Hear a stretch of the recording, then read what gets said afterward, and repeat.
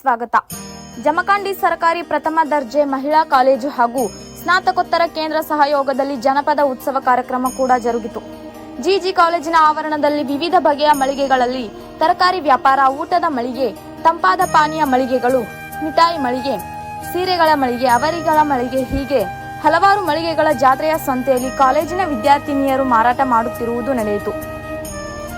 GG ಕಾಲೇಜಿನ ಸಭಾಂಗಣದಲ್ಲಿ ಜನಪದ ಉತ್ಸವ ಕಾರ್ಯಕ್ರಮ ಕೂಡ ಜರುಗಿತು. ಇದೇ ಸಂದರ್ಭದಲ್ಲಿ ಪ್ರಾಂಶುಪಾಲರಾದಂತಹ doctor Sunanda Shirur, MM Mantur, Arun Kamble, Dundappa Kamble, Y Kokkannavar ಸೇರಿದಂತೆ ಕಾಲೇಜಿನ ಪ್ರಾಧ್ಯಾಪಕರು ಹಾಗೂ ವಿದ್ಯಾರ್ಥಿನಿಯರು ಕೂಡ ಇದ್ದರು. ಸಂಪಾದಕರು ದಿಲೀಪ್ ದಾಶಾಳ್. ಮುಂದಿನ ಸುದ್ದಿಯೊಂದಿಗೆ ಮತ್ತೆ ಭೇಟಿಯಾಗೋಣ. ನಮಸ್ಕಾರ ವೀಕ್ಷಕರೇ.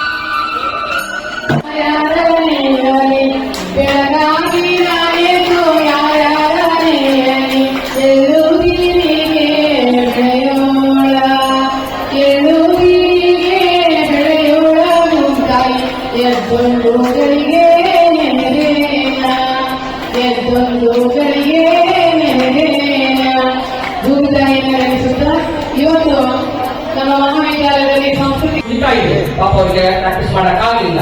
ಯಾಕಂದ್ರೆ ಏನು ಧ್ವನಿ ಬೇಕು, ಹಿಮ್ಮೇಳ ಮುಮ್ಮೇಳ ಬೇಕು, ಡೊಳ್ಳನೆ ಕಟ್ಟಿಕೊಂಡು ಕುಡಿಕೋತ ಹಾಡಬೇಕು. ಆದ್ರೆ ಹೆಣ್ಣು ಮಕ್ಕಳಿಗೆ ಆ ಶಕ್ತಿ ಕಡಿಮೆ ಅನ್ಕೋಬೇಡಿ. ಇವತ್ತು ಕರ್ನಾಟಕದಲ್ಲಿ ಎಷ್ಟೋ ಹೆಣ್ಣು ಮಕ್ಕಳು ಕೂಡ ಡೊಳ್ಳಿನ ಹಾಡುಗಳನ್ನ ಹಾಡಾಕ್ತಾರೆ. ಹೆಂಗಿರ್ತೈತೆ ಆ ಹಾಡು? ಸ್ವಾಮಿಯ ನಮ್ಮ ತ್ಯಾವರಿಗೆ ಶರಣಂಗಿರೋ, ಸ್ವಾಮಿ ರೇವಣ ಸಿದ್ಧಾದ ಶರಣಂಗಿರೋ, ಚಿಂತಿಯಂಬುದು ಎಲ್ಲೆಡೆ ತುಂಬೆಗಿ ಯಾರಿ ಬಿಟ್ಟೈತೋ ಚಿಂತೆ, ತಮ್ಮ ಯಾರಿ ಬಿಟ್ಟೈತೋ ಚಿಂತೆ, ಚಿಂತಿಯಂದು ನೀ ಕುಂತಕೊಂಡರ ಮುಗಿತೋ ನಿನ್ನ ಸಂತೆ.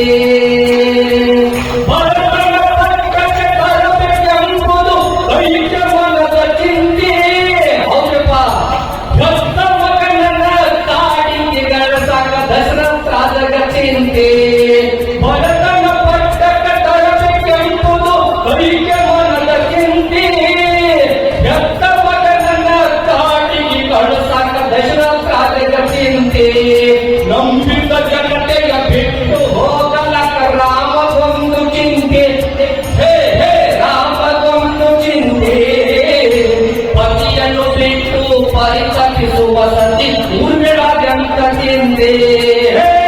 ಚಿಂತಿ ಎಂಬುದು ಎಲ್ಲೆಡೆ ತುಂಬೆಗಿ ಯಾರಿ ಬಿಟ್ಟೈತೋ ಚಿಂತೆ, ತಂಗಿ ಯಾರಿ ಬಿಟ್ಟೈತೋ ಚಿಂತೆ, ಚಿಂತಿ ಎಂಬ ನೀ ಕುಂತಕೊಂಡರ ಮುಗಿತು ನಿನ್ನ ಸಂತೆ.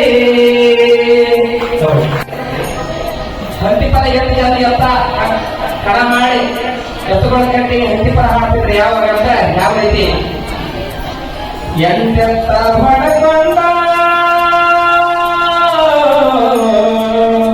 ಕಂಟ್ಯಾಗ ಬರುವಾಗ ಗಂಧ ಬೀಸಾಡೋ ಪ್ರಭುತಾಯೋ ಗಂಧ ಬೀಸಾಡೋ ಪ್ರಭುತಾಯಿ ಬಡತೀಲೆ ಬಂದ ಹುಟ್ಟ್ಯಾನೋ ಬಸವಣ್ಣನ ಹಾಡುಗಳು ಎಷ್ಟೊಂದು ಅದ್ಭುತವಾಗಿತ್ತು. ಹಾಗೂ ಈ ಪದಗಳು ಪ್ರಧಾನ ಪದಗಳು ಪ್ರಧಾನದಲ್ಲಿ ನೋಡಿ ಬಸವಣ್ಣ ಅವರ ಹಾಡು ಕಾಯಕವೇ ಕೈಲಾಸವೆಂದು ಬಸವ ಬಂದನ, ಕಾಯಕವೇ ಕೈಲಾಸವೆಂದು ಬಸವ ಬಂದನ, ಕಾಲಾತೀತ ಸಂಗಮನಾಥರ ಸೇವೆ ಗೈತನ, ದೈವೇತರವನ ಮೂಲವೆಂದು ಬಸವ ಬಂದನು, ನಮ್ಮ ಶರಣ ಬಂದನ, ಕಾಯಕವೇ ಕೈಲಾಸವೆಂದು ಬಸವ ಬಂದನು. ಬೀಸಲ ಕೂತ ಗಮಕ ಯಾವ ರೀತಿ ಆಗ್ತದೆ ಬೀಸಕ ಕುಂಬಿನ ಕೇಸರಿವನ ಜೋಳ,